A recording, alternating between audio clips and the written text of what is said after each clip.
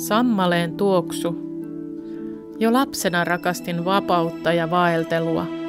Kesät luuhasin metsissä, kavereiden kanssa. Tulin vasta yöksi kotiin. Teimme luonnon muovaamaan kuoppaan majan. Siellä oli sammalmatto ja tuoksui maa. Myöhemmin tajusin, että taiteilijan ammatti on ainoa, joka sisälsi vapauden. Se tuntui myös sisältävän avaimen lukemattomiin maailmoihin, kuin prisma, jota kääntämällä löytyy aina uusia heijastumia valosta.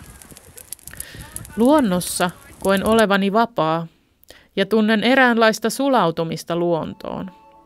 Silloin olen omassa itsessäni.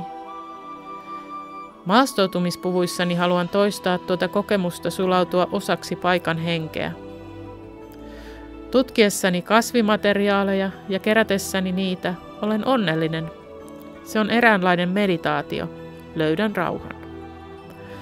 Kasviteoksissani käyttämäni materiaalit ovat kaikki maatuvia.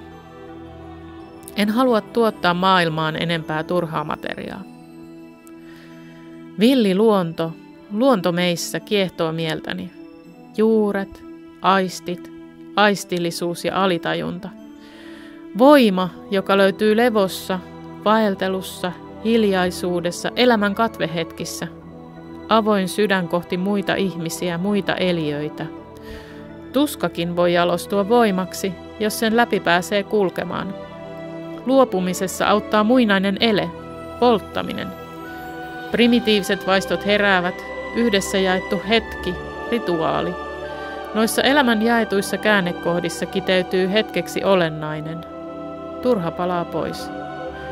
Avautuu tila maagiselle kokemukselle. Prisma kääntyy ja heijastaa valoa uudesta kulmasta.